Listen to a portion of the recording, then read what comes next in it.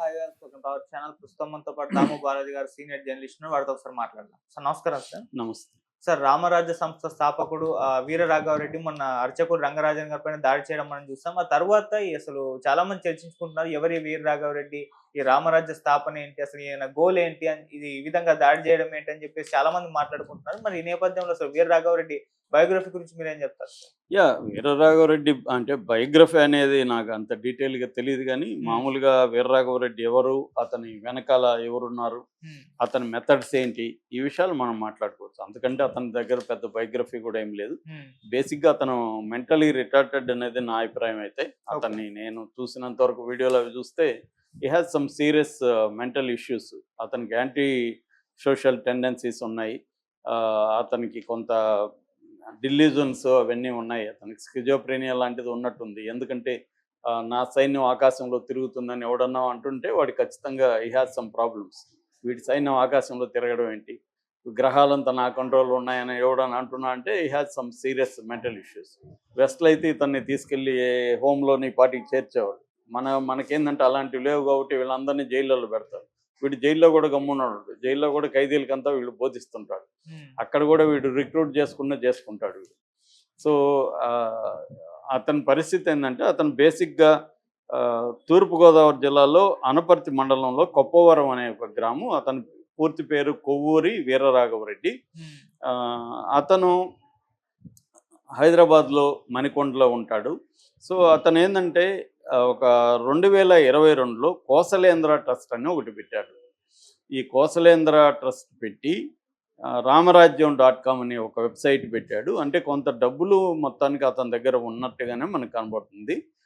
లేదు అతను ఏమన్నా కలెక్ట్ చేశాడా కూడా తెలీదు. ఇదంతా అసలు దీని వెనక డబ్బులు ఉంది, ఆస్తుల వ్యవహారం ఉంది. అక్కడ బాలాజీ టెంపుల్ దగ్గర ఒక ల్యాండ్ వ్యవహారం ఉందని కొంతమంది వ్యాపారస్తులు చెప్తున్నారనేది కూడా ఒక వార్త వైరల్ అవుతుంది. హ్మ్. అసలు ఇదంతా కూడా ఆస్తులకు సంబంధించిన వ్యవహారం తప్ప ఇది మతానికి సంబంధించింది కాదు అనే ఒక వెర్షన్ కూడా బయటకు వచ్చింది. కానీ ఇతని వ్యవహారం చూస్తే మాత్రం ఇతను అన్నీ కూడా ఇటు బీజేపీని తిడుతున్నాడు, న్యాయమూర్తుల్ని, న్యాయ వ్యవస్థని తిడుతున్నాడు, రాజ్యాంగాన్ని తిడుతున్నాడు, అందరినీ తిడుతున్నాడు ఇతను.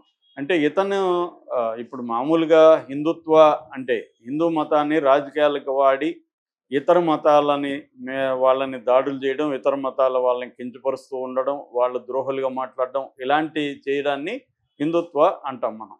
అంటే హిందూ మతం వేరు, హిందుత్వం వేరు. ఈ హిందుత్వం అనేది బీజేపీ దాని అనుబంధ సంఘాలు ఆర్ఎస్ఎస్ కావచ్చు, బజరంగ దళ్ కావచ్చు, విహెచ్ఎస్ విశ్వ హిందూ పరిషత్ ఇలా చాలా ఉన్నాయి.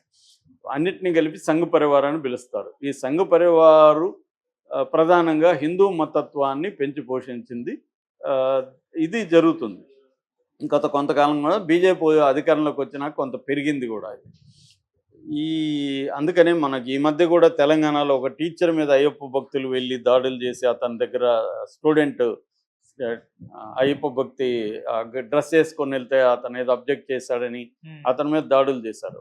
అట్లాగే చెంగయ్య అని ఒక ప్రొఫెసరు ఎస్వి యూనివర్సిటీలో అతని మీద ఈ బీజేపీ ఆర్ఎస్ఎస్ వాదులు వెళ్ళి అతని మీద దాడులు చేశారు. అప్పుడే ఎప్పుడు కూడా గవర్నమెంట్ పట్టించుకోలే. దీన్ని కూడా ఇప్పుడు ప్రశ్నిస్తున్నారు. ఒక బ్రాహ్మణ పూజారి మీద దాడులు చేస్తే మాత్రం దీని మీద మీడియా కానీ లేకపోతే గవర్నమెంటు పార్టీలు అన్నీ స్పందిస్తున్నాయి. ఒక ప్రొఫెసర్ మీద, ఒక దళిత ప్రొఫెసర్ మీద, ఒక దళిత టీచర్ మీద హిందుత్వ శక్తులు దాడులు చేస్తున్నప్పుడు ఎందుకు మాట్లాడట్లేదు అనేది కూడా వస్తుంది. అది న్యాయమైన ప్రశ్నే అది. నేను నిన్న కూడా చెప్పాను. ఎప్పుడైతే ఈ బీజేపీ అండ్ సంఘ్ పరివారు మతం పేరుతో తమకి నచ్చని వాళ్ళ మీద దాడులు చేస్తున్నారో అప్పుడే ఇలాంటి వాళ్ళ శక్తులు కూడా వస్తాయి. దీన్ని కంట్రోల్ చేయలేం. ఎందుకంటే ఇది ఒక మంచి లూక్రేటివ్ బిజినెస్ మోడల్ కూడా. హిందుత్వ పేరుతో నువ్వు ఏదో ఒక సంఘం పెట్టేసి డబ్బులు కలెక్ట్ చేసేయచ్చు. ముందు భయపడి ఇచ్చేస్తారు. చాలామంది ఇళ్లలోకి వెళ్ళి నలుగురేసి వెళ్తే మనకు తెలుసు కదా. ఇది ఎప్పుడో శివాలయం చూపించాడు రామ్ గోపాల్ వర్మ. గణపతి చంద ఎట్లా రౌడీ వేషంలో వస్తారని. అక్కడి నుంచి ఇదొక ఈ గణపతి ఇవంతా కూడా అదే కదా. ఎవడికి భక్తి ఏమన్నా ఉందా? భక్తి ఉంటే అట్లాంటి పాటలు పెడతాడు ఎవడైనా? అట్లాంటి డ్యాన్సులు వేస్తారా? భక్తికి సంబంధమే లేదు ఇది. ఇదంతా కూడా భక్తి పేరుతో జరిగే వ్యాపారం, లైవ్లీహుడ్, పాలిటిక్సు, ఎకనామిక్సు ఇవి ఇవి ఉన్నాయి. భక్తి కాదు ఇది. భక్తి పేరుతో ఎవరైనా చెప్తుంటే అది వాడు అమాయకుడైనా ఉండాలి, దొంగ అయినా ఉండాలి. సో ఇది కూడా అంతే. ఈ వీరరాఘవరెడ్డి అనేవాడు కొద్దిగా mentally problematic person. Mentally problematic person కూడా ఆర్గనైజర్స్గా ఉంటారు చాలామంది. బాగా చాలా తెలివిగా కూడా ఉంటారు. వీడు శ్లోకాలు మాట్లాడడం, భగవద్గీతను కోట్ చేయడం, నీకు లయ తెలీదు, అది తెలీదు, ఇది తెలీదు అని అతన్ని బెదిరిస్తుండడం. అదేదో వాళ్ళిద్దరు కూర్చొని టీవీలో కూర్చుంటే అతని విద్వత్ ఏందో తెలుస్తుంది. ఉమ్, ఆయన ఎవరు రంగరాజన్ విద్వత్ ఏంటో, ఇతని విద్వత్ ఏంటో తెలుస్తుంది. అది చేయకుండా అతని కింద ఒక 20 మంది రౌడీలను వేసుకొని వెళ్ళి బెదిరిస్తే అతను ఏం మాట్లాడతాడు? ఏదైనా మాట్లాడడానికి వెళ్తే కూడా మళ్ళీ నువ్వు మాట్లాడదా అంటున్నాడు. సో ఆ, ఈ వీరరాఘవరెడ్డి ఏం చేశాడంటే కౌశలేంద్ర ట్రస్ట్ పెట్టి రామరాజ్యం.com ఒక యూట్యూబ్ పెట్టి ఇతను ఒక రామ సైన్యాన్ని వానర సేన అనేది ఏర్పాటు చేయాలనేది ఇతని ప్లాను. ఇతను వానర సేన ఏర్పాటు చేసి మొత్తం వ్యవస్థ తాటతీస్తాడు. న్యాయ వ్యవస్థ తాటతీస్తానని చెప్తున్నాడు. అట్లా కేంద్ర ప్రభుత్వాన్ని మెడలు ఉంచుతానని చెప్తున్నాడు.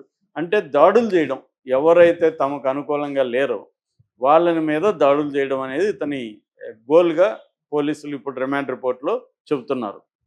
ఇవన్నీ నేను కాదు, పోలీసులు చెప్పిందా అని చెప్తున్నా రిమాండ్ రిపోర్ట్లో. సో ఈ 5,000 మంది సైన్యాన్ని ఇతను ఏర్పాటు చేయడానికి ప్లాన్ చేశాడు. దానికి సంబంధించి ఒక్కొక్కరి దగ్గర 350 రూపాయలు వసూలు చేసి ఒక 25 మందిని జాయిన్ చేసుకున్నాడు ఈ సైన్యంలో. ఇందులో లేడీస్ కూడా ఉన్నారు. ఒక్కొక్కరికి నెలకి 20,000 ఇస్తానని చెప్తున్నాడు. అయితే దీని క్రైటీరియా ఏంటంటే 20 ఏళ్ళ నుంచి 50 ఏళ్ళ వాళ్ళనే చేర్చుకుంటాడు. 50 ఏళ్ళ పైన ఉంటే చేర్చుకోడు. ఎందుకంటే తన దృష్టిలో 5 కిలోమీటర్లు నడిచే శక్తి ఉండాలి, 2 కిలోమీటర్లు పరిగెత్తే శక్తి ఉండాలి. ఇది ఒక క్రైటీరియా పెట్టుకున్నాడు. అలాంటి వాళ్ళే దీంట్లో ఉండాలి. అంతకంటే చిన్నవాళ్ళు కానీ అంతకంటే పెద్దవాళ్ళు కానీ ఉండకూడదు. అలాగా ఇతను డొనేషన్లు కూడా కలెక్ట్ చేశాడని రిమాండ్ రిపోర్ట్లో ఉంది. ఇతను వంతుగా కూడా ఇతను 1,20,599 రూపాయలు ఈ ట్రస్ట్కి తన కాంట్రిబ్యూషన్ ఇచ్చాడు. ఇతరుల దగ్గర కూడా కలెక్ట్ చేశాడు. అది ఎంత అనేది ఇంకా వీళ్ళు చెప్పలేదు. 24 జనవరిలో తణుకులో ఒక సమావేశం ఏర్పాటు చేశాడు ఈ సైన్యంతో. అక్కడ కొంత డిస్కస్ జరిగింది, ఎలా చేయాలి ఏంటనేది. దాని తర్వాత కోటప్పకొండలో వెళ్ళి అక్కడ ఒక ట్రైలర్ను పట్టుకొని మొత్తం యూనిఫామ్స్ని కూడా డిజైన్ చేశారు. బ్లాక్ కమాండర్స్ లాగా బ్లాక్ అండ్ బ్లాక్ ఉండాలి. దాన్ని ఏమంటారు, సఫ్రాన్ ఇది ఉండాలి, కాషాయ కండువా వేసుకోవాలి. ఇది అతని కాస్ట్యూమ్ అనమాట. ఆ కాస్ట్యూమ్లు కూడా అక్కడ కుట్టించారని చెప్తున్నారు. దాని తర్వాత 2 ఫిబ్రవరిలో యాప్రాల్లో ఒక ఇంట్లో సమావేశమయ్యారు. ఈ బ్యాచ్ సమావేశమయ్యి అక్కడ నిర్ణయించారన్నమాట మన యాక్టివిటీ. ఎందుకంటే ఫస్ట్ సైన్యం ఏర్పాటు తర్వాత ఇప్పుడు వీళ్ళకి కావాల్సింది ఏంది, డబ్బులు కావాలి, ఇంకొంత సైన్యాన్ని పెంచుకోవాలంటే ఎవరిని అటాక్ చేద్దాం అనేది ఇక్కడ ప్లాన్ చేశారు.